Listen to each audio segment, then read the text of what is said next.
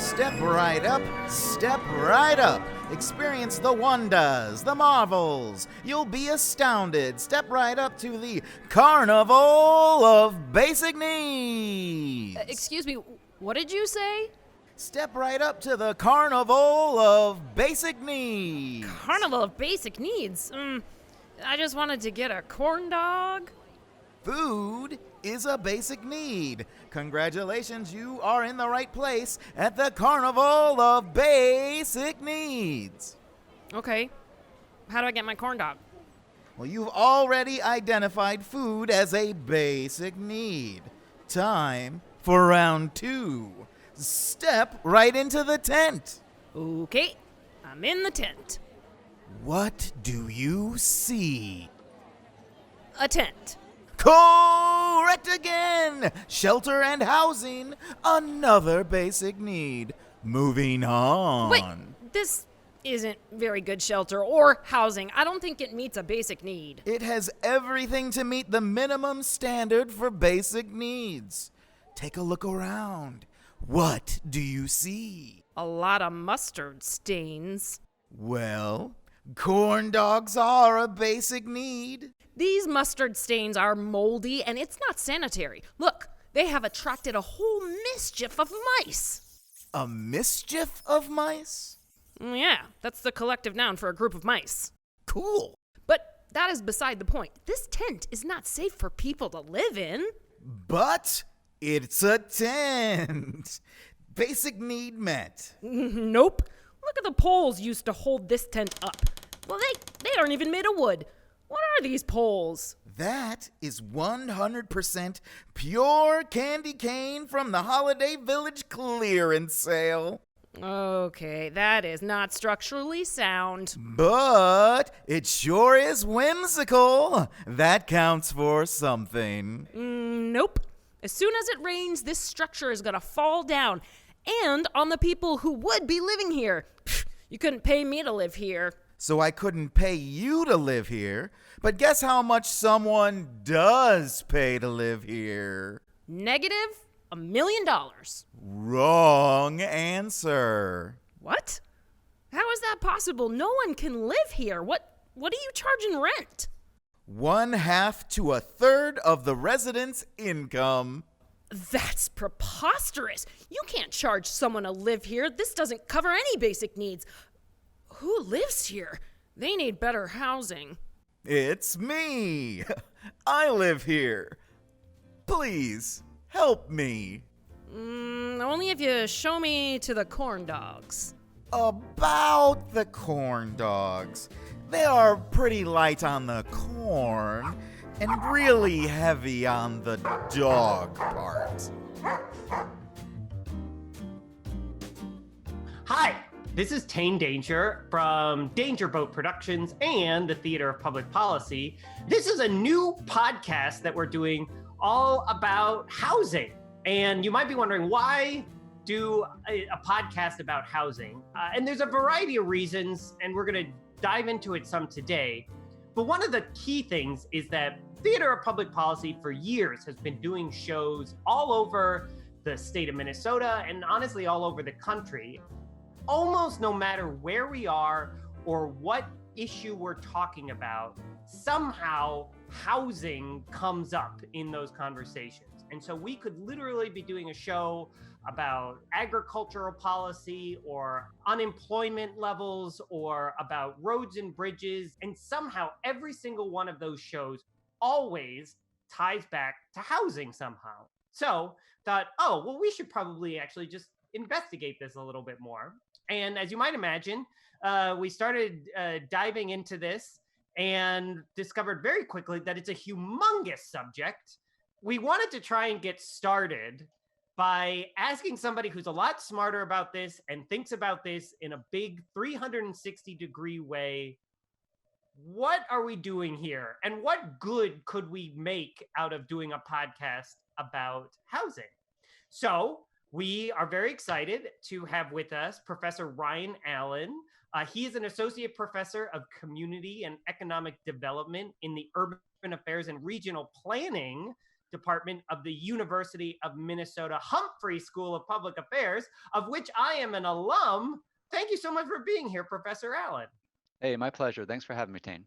What's the pitch you can help me make why people should care about housing policy? Of all the things in the world to care about and to worry about, why spend any amount of time devoting brain power to thinking about housing?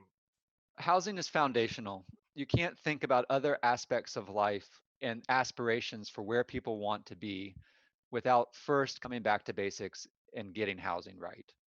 If we don't get it right, it leads to a ripple effect in people's lives that greatly shortchange their potential.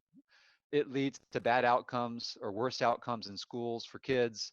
It leads to less economic mobility for adults and everything in between.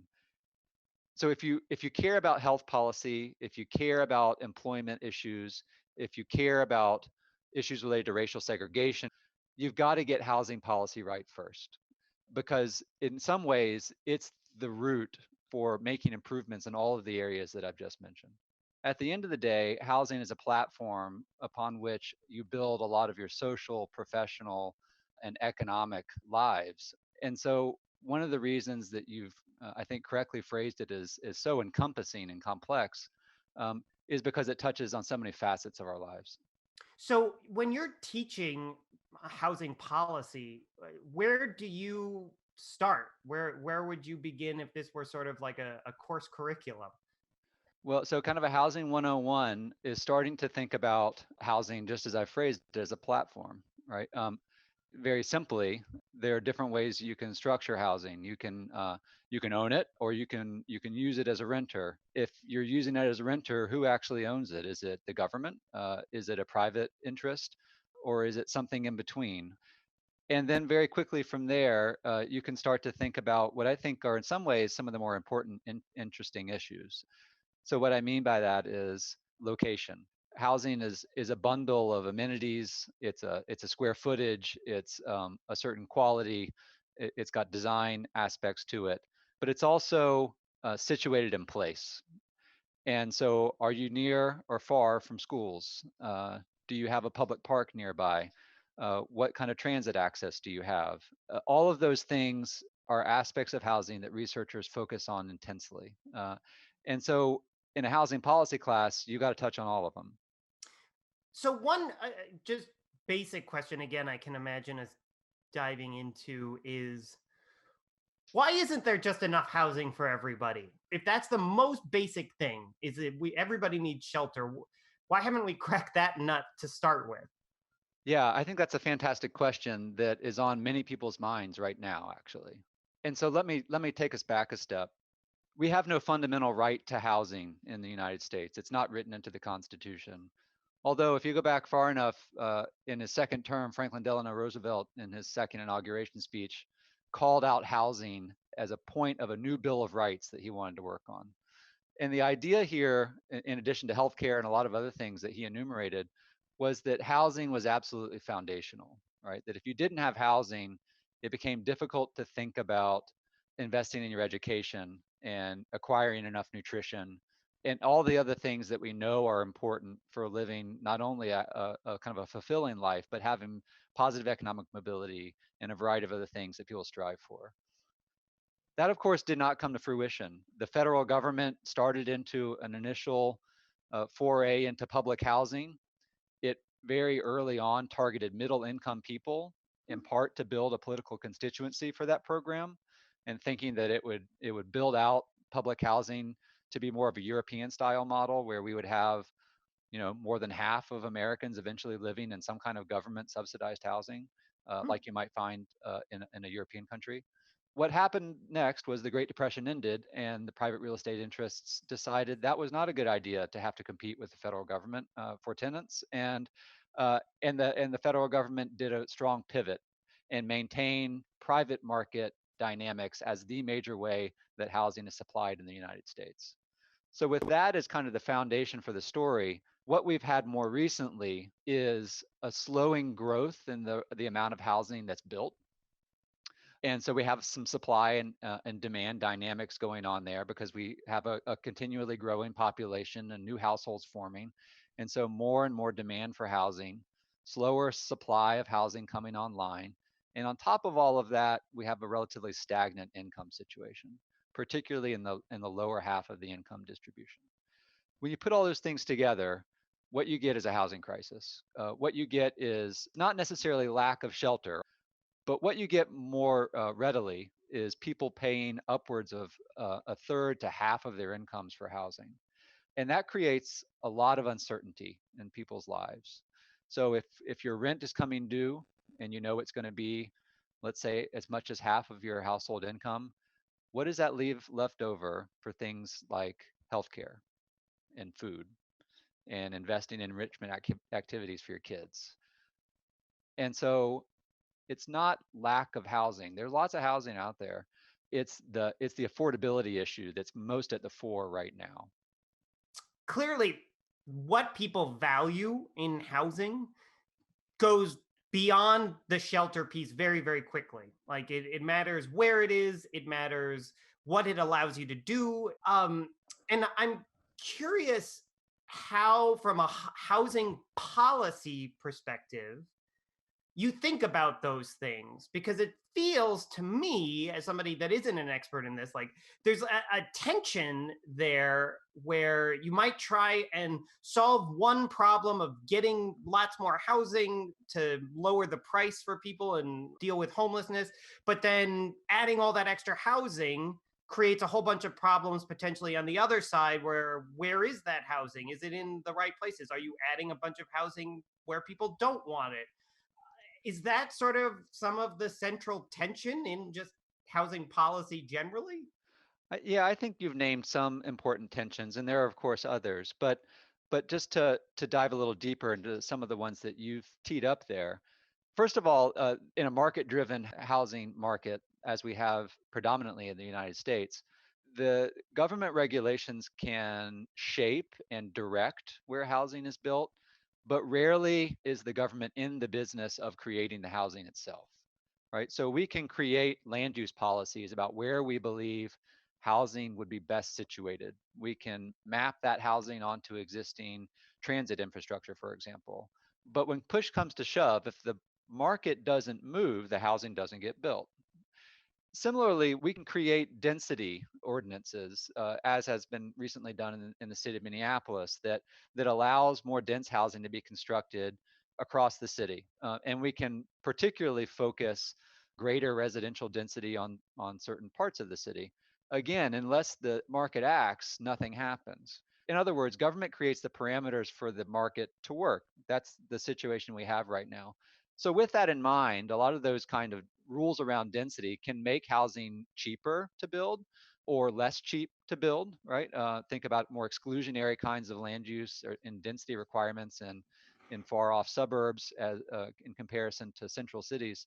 And that can have an effect, to be sure, right? In fact, Minneapolis is counting on that having an effect. We want more housing. We believe the population growth is inevitable. And unless we want to become Seattle or San Francisco, we have to have more of a balance. Yeah. Why doesn't housing work in a traditional market function? Yeah. So, yeah, I mean, maybe part of what you're saying is it does, but then it creates all kinds of problems. But for the libertarian listening, why is Sure. it that we can't just sort of let the market figure all this out? Where does that fail? All right. So market mechanisms in the housing market can be very, very effective at producing housing, to be sure. When you combine market mechanisms with rules that create a floor for quality, which I think most reasonable people believe is appropriate, right? We need to create housing, but it should be housing that's safe. Right. So we're not creating housing that is like just made out of rusty nails and scotch tape and Exactly. saying that's a house. We're going to have some kind of standards, right? And so from a pure market perspective, that's an imperfection in the market, right? Because if someone's willing to pay for a house that's made of rusty nails and scotch tape, why then the market should deliver that and allow them to live in it. There are a variety of reasons why that's a bad idea, but what the market does extraordinarily well in the world of housing is cater to the upper half of the income distribution. There are very few households that earn above the median household income that are having trouble finding housing that works for them and that is of a reasonably high quality. On the other hand, the way that we've structured the market, producing housing for the lower half of the income distribution is extremely difficult. And it's extremely difficult to do that in a manner where it's still affordable. And part of that certainly has to do with labor costs and regulatory burden and the kind of minimum building standards that we as a society have decided are appropriate. And so that means that fundamentally, when it comes to relying on the market, we're always going to be disappointed for what the market is able to provide on the lower half of the income distribution. My perception has been housing is a huge issue. There's a lot of problems. And as far as I can tell, there's not sort of just a simple solution. Anytime you maybe push on one aspect of trying to create more affordable housing for people, there's some push somewhere else. Like you're pushing basically a balloon, and then it pops out somewhere else. And so there's always something that's sort of tense about this. Is that fair? Is that a good sort of setup for this, or? I think that's fair. It has limits, right? I mean, of course, there are limits to that, to that framing of the problem. But just to offer an example, once upon a time we believed that if only we could create new supply, right? If only we had more density, that would solve the affordable housing problem. Of course, anyone who's had a basic economics class can talk to you about these supply and demand curves, and and you can graphically show if you expand that supply that it's going to reduce prices, and that would be great, and we'll all be much happier. So if you go back to why the market doesn't serve particularly well the lower half of the income distribution, what that fundamentally means is that when we increase density, we're going to increase density of higher end housing, right? Okay, no problem, because people who had been living in kind of lower quality housing can now buy that higher quality housing, and that leaves a vacant unit for somebody of a lower income to take. It turns out that logic is sound, but incredibly slow. Housing economists call that a filtering model, where the high quality housing eventually filters over time down into lower income households because it deteriorates over time or it becomes obsolete. It doesn't have an open floor plan like you see on HGTV or whatever. It turns out that it takes a generation for a housing that's built at the upper end of the distribution to move down to the median household. And if we rely on the market to supply affordable housing, we're going to wait a long time for it to do it. Now, all that is to say, it would be exceptionally problematic from my perspective to not increase density, right? Because one thing I can tell you is that if you don't increase supply, you're definitely going to have a problem with prices. As more and more people, for example, want to move to the Twin Cities, if we stopped building housing altogether, that's not going to dampen all of that enthusiasm for moving here, and people are going to get priced out. At the same time, if we do increase the density, what some emerging research is showing us is that it actually can increase the prices of housing around it. Think of that new shiny development as an amenity for the neighborhood, and it actually increases the price of your house just by virtue of being close by to it. And for existing homeowners, that might be a fine thing because that's a housing appreciation and they'll see some value from that. But if you are wanting to buy into that neighborhood and have limited income, all of a sudden you're out of luck, right? Or if you're a renter, you're going to get priced out potentially. So in these kind of more micro markets where we see a density going in, one of the emerging realizations we're having is that can, in the short run at least, actually increase some prices for housing and lead to gentrification. We're still learning how that works and doing more research in that area, but the initial research coming out is pointing in that direction. What is it that you'd want sort of somebody, a regular person on the street, to just know about housing and housing policy that maybe they don't already? So one of the things that I think should definitely be a takeaway is that as much as the government is involved with the housing market in the United States, it is still overwhelmingly dominated by private actors. So the government creates parameters around where housing can be built and of what style and what density. But again, it's the private actors, it's the banks, mortgage brokers, it's the real estate industry, it's the construction industry, and a variety of others that really make that market go. And so, in comparison to many nations that have a much more heavy presence of the state in the housing market, we are very much the Wild West. We allow a free market to be the dominant player. When people think about government presence in housing, they often think about public housing. And to be sure, that's an important backstop for many households that are very low income. But many people probably don't realize that something like less than 3% of the housing units in the United States are public housing. It's an incredibly small proportion. The vast, vast majority of poor people live in private market housing, not in government housing, not even in subsidized housing. The fact of the matter is that the government plays a relatively minor role in providing housing for low income households. You've already alluded to you feel government should be more involved in housing.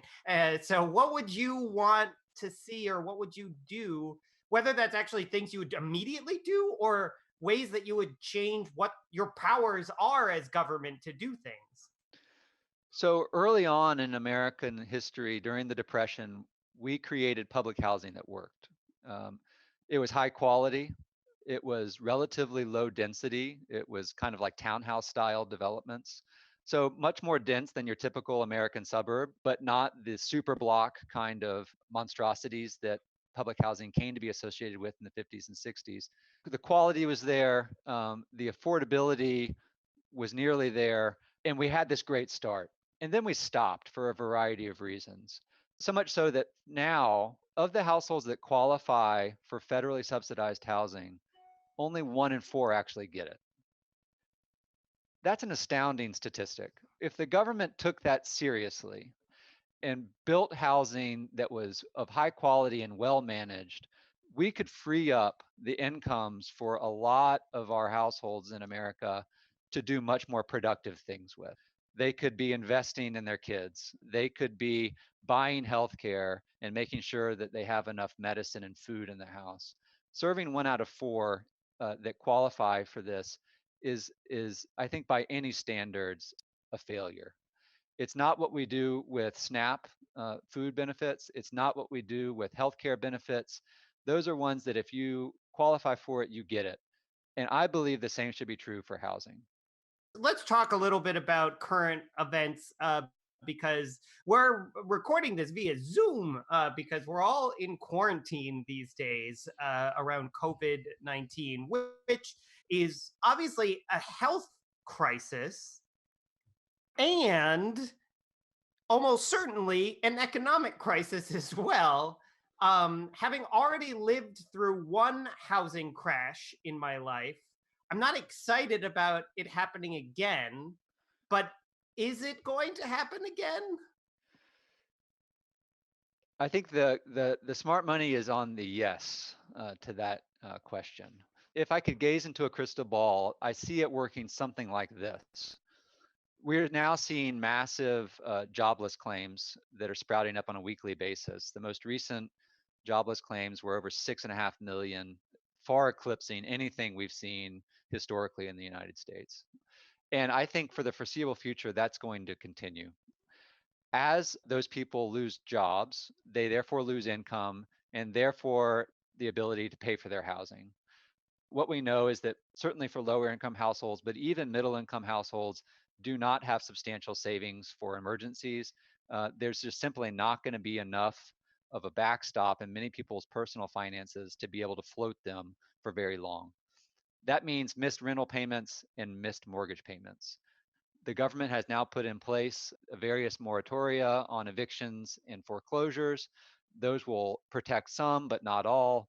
You're going to have to pay for housing eventually. So when that day comes, there's going to be a massive number of people, households, that are in default or out of the terms of their lease. And landlords and banks are going to have to make a decision about whether they exercise their option to evict or foreclose or do something else. In the intervening time, the government could step in and play a much more robust role It remains to be seen whether or not that will happen. But at the end of the day, with that amount of evictions and foreclosures that are potentially there, that's going to wreak havoc in the mortgage market, and it's going to wreak havoc in the construction market. And I predict that if we don't have some pretty dramatic steps taken, we're going to have a similar housing crisis, or perhaps worse than we had in 2008. Did we learn things in the 2008 housing crisis that are applicable here? Did we figure anything out that can help us maybe manage this? I think we learned some things. I think that, and I think there'll be lessons that we have to relearn. I think that in 2008, there was an instinct to bail out large financial institutions and neglect individual homeowners and renters. I think that to some extent, I think we know the right thing to do, and that's going to be to, in addition to paying attention to the banks, we have to pay attention to homeowners and renters and provide them supports. I think that the other thing we learned that I think that has been put in place is that, particularly in a public health crisis, which demands social distancing, you can't create an army of newly homeless people. That would be exactly going in the wrong direction for containing this virus. And so I applaud the efforts to put a moratorium on evictions and foreclosures. The question becomes, is it enough? And I don't think most reasonable people believe that it is. Is there anything else that you really want people to know or to think about in this world? You know, if you're just sort of, again, talking to folks on the bus or down the streets and trying to make sure that, you know, they know at least this about housing policy. What is there anything like that you really want to make sure we don't miss? There's a long history in America of believing that owning a home is right up there with apple pie and grandma, right? That this is what it means to be American, to either own a home or strive to own a home. And I think that narrative has been completely oversold, frankly. I think that if we learned anything going back to the last housing crisis, it is that owning a home in the wrong circumstances can be an absolute financial disaster, and that there's nothing particularly sacred about a home as an investment above and beyond an investment in another aspect of the financial world. In fact, there's a lot of research that indicates that you'd be better off putting your money into an S&P 500 index fund than an appreciating home. So there are a lot of things to think through there. One of the things that we know about home ownership is that it's been built up as a savings investment and a way for particularly moderate income people to have some wealth creation.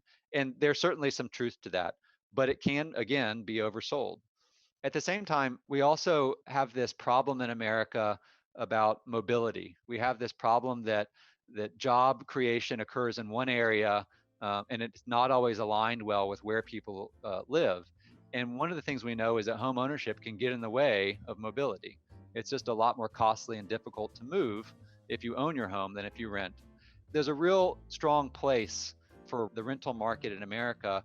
It's something that we don't put up on a pedestal like we do with home ownership, and we probably should, because it's got a lot going for it in terms of giving people mobility, not locking them into a particular investment, and a variety of other things that can make it really, really attractive. That's it. Those are all my questions. This has been so phenomenal. And I mean, when I say those are all my questions, it's because there's 100,000 other questions underpinning everything that we've already talked about. But that's sort of the problem that we're in, is trying to do a podcast about this. Thank you so much, Professor Ryan Allen. This has really been a phenomenal start to this thing, and I so appreciate you being willing to do this with us because, again, this whole thing is daunting to begin with, and then the idea of this being the first one and trying to set the table for such a ginormous thing is challenging. Yeah. So thank you. My pleasure, Tane. Thanks for having me on. Thank you so much for listening to this installment of our podcast on housing and affordable housing. This episode was produced by Kelsey Dilts McGregor with help from Brandon Bode and me, Tane Danger. We'd like to thank our head scriptwriter, Heather Meyer, and actors Duck Washington and Erin Roberts. Our music is by Dan O. Funding was provided by Prosperity's Front Door. On behalf of everybody with the Theater of Public Policy, thank you so much, and we will see you next time.